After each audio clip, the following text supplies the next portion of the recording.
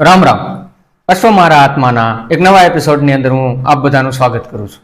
મિત્રો, આજે મારે વાત કરવી છે કે અશ્વની ઘોડાની જે છે એ રેવાળ ચાલ એટલે શું, અશ્વની રેવાળ ચાલ એટલે શું, અને એ રેવાળ ચાલની જે છે પરીક્ષા કેમ કરવી, કે આ અશ્વ જે છે, આ ઘોડો જે છે એ રેવાળ ચાલ જ ચાલે છે, એના વિશેની મારે વાત કરવી છે. ઇતિહાસમાં આપણા પૂર્વજો જે છે એ આ રેવાળ ચાલ વિશેની પરીક્ષણ કેમ કરતા હતા અશ્વનું, એના વિશે વાત કરવી છે. પૂર્ણ તો વાત કરવી છે, સમય બિલકુલ નથી લેવો. આવો સીધું જ આ વાતને શરૂ કરીએ. પહેલા આપ અમારી આ ચેનલ પર નવા હોય તો એને સબસ્ક્રાઇબ કરી અને બેલ આઇકનને પ્રેસ કરો, જેથી કરીને આવા નવા વિડીયો આવે ત્યારે એમની નોટિફિકેશન આપને મળતી રહે.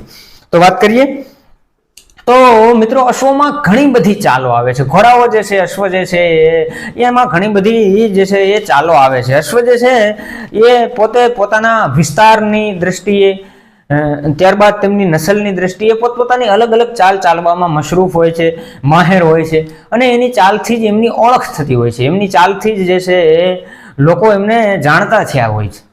એમની ઓળખનો એક અભિન્ન ભાગ એ અશ્વની ચાલ હોય છે. તો એમાં અશ્વની ઘણી ચાલો છે. એમાં દુડકી શિયાળ ચાલ, ત્યારબાદ સાધારણ ચાલ, ધીમી સરપટ ચાલ, સરપટ ચાલ, ટ્રોટ, ખદ, ત્યારબાદ કેન્ટર, ટાપસુ. પણ એમાં જે રેવાળ ચાલ જે છે ને, અતિ મહત્વની ચાલ છે ને, આજે મારે એના વિશેની વાત કરવી છે કે રેવાળ ચાલ કઈ રીતે અશ્વ ચાલે. રેવાળ ચાલ ખૂબ મહત્વપૂર્ણ વાત જે છે એ મારે અશ્વની વાત કરવી છે. રેવાળ ચાલની ઘણી બધી જે ચાલો છે, ઘણા બધા સમયે સંજોગો અને પરિસ્થિતિ જેવી જેવી ઊભી થાય એ પ્રમાણે જે છે એ અશ્વને એ રીતે ચલાવવામાં આવતા. એક સમયે અલગ અલગ ચાલોથી એમને ટ્રેન પણ કરવામાં આવતા. અશ્વ નાનું હોય ત્યાંથી જ એમને ટ્રેનિંગો આપી દેવામાં આવતી.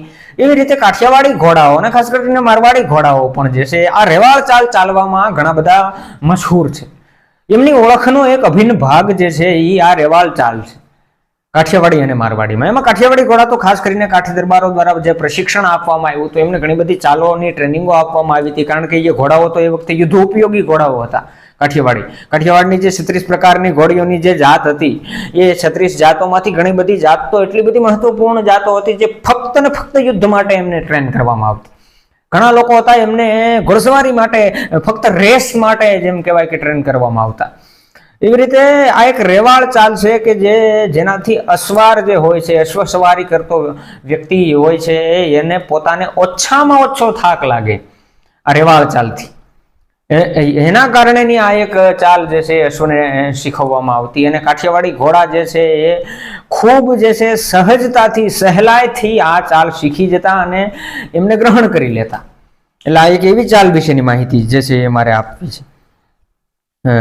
તો ભૂતકાળમાં વડીલો જે છે એને ચકાસવામાં કઈ રીતે આ ચાલ ફક્ત પરફેક્ટ ચાલે છે અશ્વ, એને ચકાસવામાં કઈ રીતે જે છે એ એમનું જાણતા કે ભાઈ આ અશ્વ રેવાળ જ ચાલે છે, એ વિશે વાત કરવી છે. ત્યારબાદ વિશ્વના અલગ અલગ નસલના ઘોડા જે છે પોતપોતાની અલગ ચાલના કારણે પ્રખ્યાત હોય છે. અલગ અલગ નસલના ઘણી બધી નસલો છે ને વિશ્વમાં, એ અલગ અલગ નસલના ઘોડા પોતપોતાની અલગ અલગ ચાલ ચાલવામાં પ્રખ્યાત છે.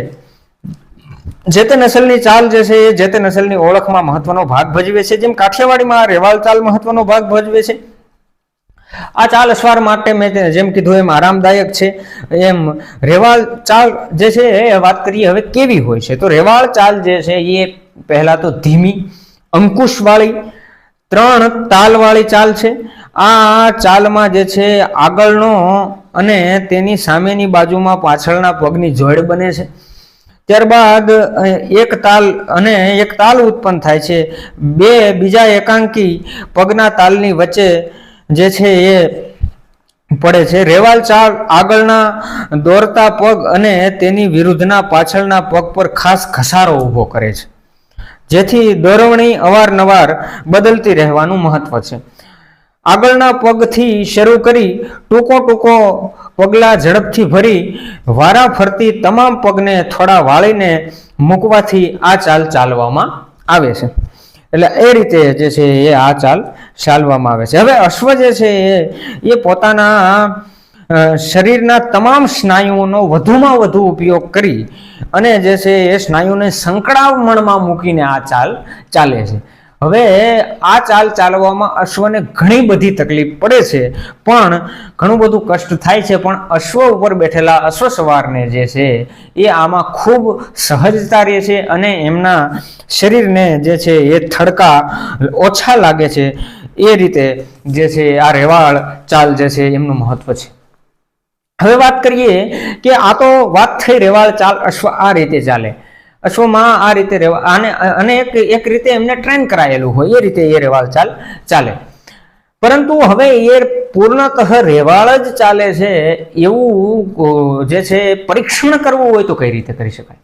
આપણે એ જાણવું હોય કે હવે આ ઘોડું છે કે આ અશ્વ જે છે એ રેવાળ જ ચાલ ચાલે છે, એ પરીક્ષણ કઈ રીતે કરી શકાય? તો હવે એના વિશેની વાત કરવી છે. જેવી રીતે આપણે જાણીએ છીએ એમ ભૂતકાળમાં વડીલો જે છે એ પોતપોતે પોતાની રીતે અશ્વમાં ખૂબ ઊંડાણપૂર્વક અશ્વ વિજ્ઞાનને જાણતા હતા. અશ્વના જે છે કંકાલ તંત્ર સુધીની એને વાત કરી દીધી. અશ્વના નોરની, અશ્વની જાતિઓની, અશ્વની પ્રજાતિઓની, એ બધી વાતો તો થઈ. અશ્વના શરીરના અભિન્ન અંગોના નામ આપવામાં આવ્યા, એ બધી તો વાતો થઈ. પણ એ વડીલોએ જે છે એ માર્ગદર્શકોએ જે છે એ અશ્વના અંદરના ઊંડાણપૂર્વકના કંકાળ તંત્રની વાત કરી દીધી. એટલે એ વડીલો ખૂબ પોતે જાગૃતતાથી એકદમ સટીક વસ્તુથી અશ્વને ટ્રેન કરતા હતા. એટલે અશ્વને રેવાળ ચાલ શીખવાડી દેવામાં આવે, અશ્વને સટીકતાથી ટ્રેન કરવામાં આવે. એટલે પછી ભૂતકાળમાં વડીલો એ જાણવા માટે કે હવે આ અશ્વ સટીક છે, હવે આ અશ્વ ટ્રેન થઈ ગયેલું છે, હવે આ અશ્વ એકદમ પરફેક્ટ રેવાળ ચાલ ચાલે છે, તો એની ચકાસણી કરવી હોય તો કેમ કરી શકાય? એટલે પાણી ભરેલી જે થાળી છે એ પોતાના હાથમાં રાખીને અશ્વસવારી કરવી અને એ થાળીમાંથી પાણી બહાર ન નીકળી જાય, પાણી બહાર દેશી ભાષામાં, કાઠિયાવાડી ભાષામાં કહું તો ન ઢોળાય, અને અશ્વ ચાલતું રહે અને અશ્વારના હાથમાં આમનામ થાળી જે છે એ રહી જાય, એવી રીતે અશ્વની રેવાળ ચાલની ચકાસણી કરવામાં આવતી. હવે તમે વિચાર કરો, અશ્વ કેટલું સટીકતાથી ચાલતું હશે, કેટલી સટીકતા હશે અશ્વના ચાલવામાં કે પાણીનું ટીપું પણ બહાર થાળીમાંથી ન પડે.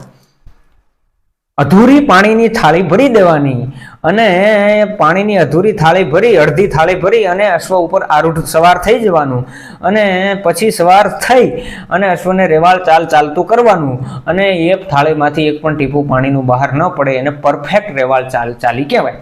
આ રીતે અશ્વના માલિકો, વડીલો, અશ્વ નિષ્ણાંતો એ વખતે આપણા અશ્વોના પરીક્ષણોને કરતા હતા. આજના સમયે પણ એવું જોવા મળે છે. આજના સમયે ઘણા જાણકારો, ઘણા યુવાનો જે છે એ પાણીની નાની પ્યાલી આવે ને એનો ઉપયોગ કરે છે, જેને આપણે કાઠિયાવાડી ભાષામાં અમે એને ટબુડી કહીએ પાણીની. હવે એ નાની પ્યાલીનો ઉપયોગ કરે છે, જે પ્યાલીમાં પાણી, આખી પ્યાલીને ભરી દેવાની પાણીની, અને પછી અશ્વ પર આરૂઢ થઈ, અશ્વ પર સવાર થઈ અને જે છે એ અશ્વને રેવાળ ચાલમાં મૂકવાનું અને એ અશ્વ જે છે એ પછી રેવાળ ચાલ ચાલે અને એ પ્યાલીમાંથી જે છે પાણીની પ્યાલીમાંથી પાણી બહાર ન નીકળે, એટલે એને પરફેક્ટ રેવાળ ચાલ ચાલી કહેવાય. ઘણા લોકો આજે પણ જે છે, જેને ખબર છે, વડીલો છે, જે અશ્વો રાખે છે, એ લોકો આજે પણ થાળીનો ઉપયોગ કરીને અશ્વને, પોતાના અશ્વને રેવાળ ચાલમાં મૂકે છે અને એમનું પરીક્ષણ કરે છે. તો આ રેવાળ ચાલનું પરીક્ષણ કરવાની પરંપરા હતી અને આ પરંપરાગત વિધિ હતી એમનું પરીક્ષણ કરવાની. તો ખૂબ અદ્ભુત અને મહત્વપૂર્ણ જાણકારી હતી આ રેવાળ ચાલ વિશેની. કાઠિયાવાડી અને મારવાડી નોરના ઘોડાઓ આ ચાલ ચાલવામાં ખૂબ મહત્વપૂર્ણ છે, પ્રખ્યાત છે. ખાસ કરીને કાઠિયાવાડી વધારે પ્રખ્યાત છે. તો આ હતી રેવાળ ચાલ વિશેની માહિતી અને એમના પરીક્ષણ વિશેની માહિતી. જો આપને વિડીયો પસંદ પડેલો હોય તો વિડીયોને લાઇક કરો, વિડીયોમાં કોમેન્ટ કરો અને વિડીયોને વધુમાં વધુ શેર કરો, જેથી કરીને આવા માહિતીઓ જે છે એ બધા લોકો સુધી પહોંચતી રહે. ચેનલને ખાસ કરીને સબસ્ક્રાઇબ કરીને બેલ આઇકનને પ્રેસ કરો બાજુમાં જે આપેલ છે એને, જેથી કરીને અમે આ ચેનલ પર નવા વિડીયો જ્યારે અપલોડ કરીએ, નવો વિડીયો મૂકીએ ત્યારે એની માહિતી તરત જ આપના સુધી પહોંચે અને જે છે એ આપને આવી નવી માહિતી જાણવા મળે. અમે પુસ્તકોના આધારે આવી વાતો કરતા રહીએ છીએ. તો મળીશું એક આવા નવા વિડીયો સાથે, એક આવી અશ્વોની નવી વાત લઈને. તો ત્યાં સુધી ધન્યવાદ. રામ રામ.